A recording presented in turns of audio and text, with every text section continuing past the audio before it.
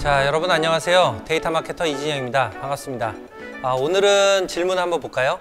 마케팅을 수치화할 수 있을까요? 라는 질문을 주셨네요. 이 질문은 사실 쉬운 질문 같지만 굉장히 근본적이고 어떻게 보면 심오한 질문이 아닌가 이렇게 생각을 합니다. 우리 마케터들이 굉장히 챌린지를 많이 받는데 ROI에 대한 챌린지를 받기 시작해요. 왜 그러냐면 마케팅을 하다 보면 돈을 많이 쓰잖아요. 그러고 나면 이게 이제 매출의 기여를 얼마나 많이 했는지 질문을 많이 받거든요. 여기에 답변을 하기 위해서 우리가 많은 숫자를 계산하는 이런 일들을 합니다. 자, 근데 제가 어떻게 마케팅을 수치화할 수 있는지를 대답하기 전에 여러분들한테 먼저 질문을 한번 드려보겠습니다. 여러분들은 회사에서 최근에 만든 컨텐츠 중에서 반응이 가장 좋았던 컨텐츠가 뭔지 알고 계세요? 만약에 이걸 대답할 수 있는 분이라면 2등은 뭐예요? 3등은 뭐예요? 제가 이렇게 질문을 드리면 여기는 자꾸 막 이제 동공이 흔들리기 시작하고 대답을 못해요.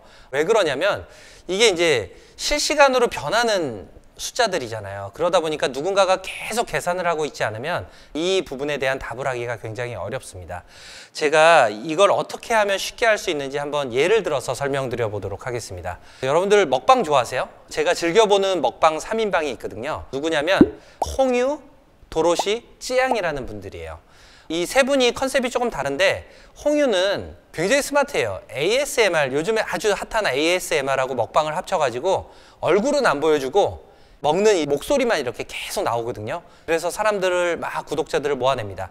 자, 그리고 도로시는 많이 먹지는 않는 것 같은데 매운 음식을 먹어요. 그래서 기본적으로 청양고추 한 20개 이렇게 먹는다고 보시면 돼요. 그리고 이 찌양이 되게 재밌는데 엄청 많이 먹어요. 기본적으로 라면 한 20개씩 먹는 이런 사람들입니다. 자, 그래서 각각 구독자도 보면 홍유가 600만, 도로시가 400만, 찌양이 한 270만 이 정도의 구독자를 보유하고 있습니다.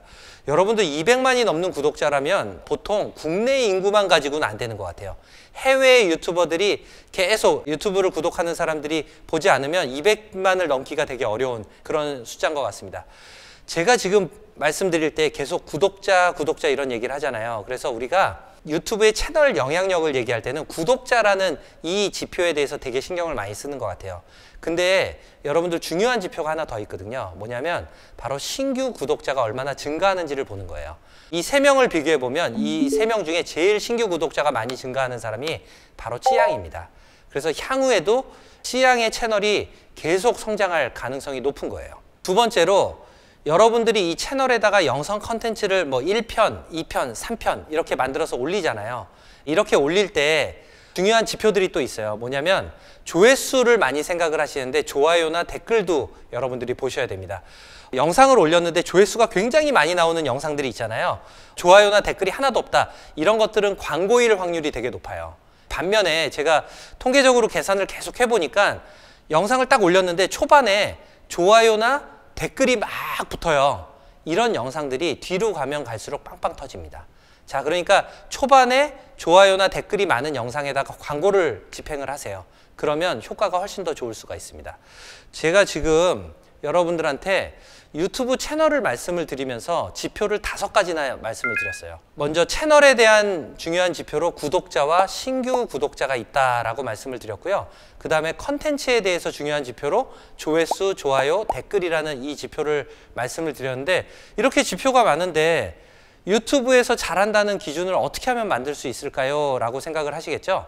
어떻게 하면 만드냐면 되게 쉬워요, 사실은. 이 5개의 지표에다가 가중치를 붙여가지고 인덱스를 만들어 버리면 돼요.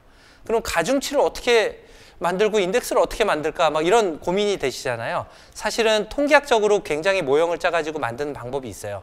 근데 우리가 모두가 통계 전문가가 아니다 보니까 이렇게 다 접근하는 거는 좀 어려울 수가 있습니다. 그래서 제가 오늘은 굉장히 쉽게 접근하는 방법을 한번 보여드릴게요.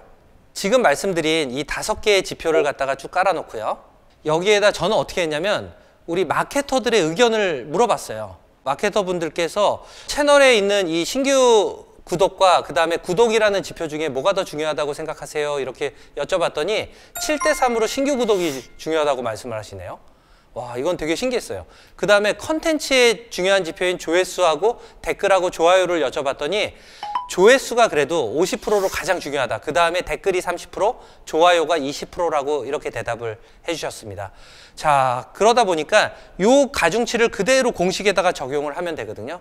자, 보시는 대로 채널 DPI는 신규 구독자에다가 아까 70% 중요하다 그랬으니까 0.7을 곱하고요. 구독자는 0.3을 곱해서 계산을 하는 거예요. 자, 컨텐츠 DPI는 똑같은 방식으로 계산을 하는 거거든요.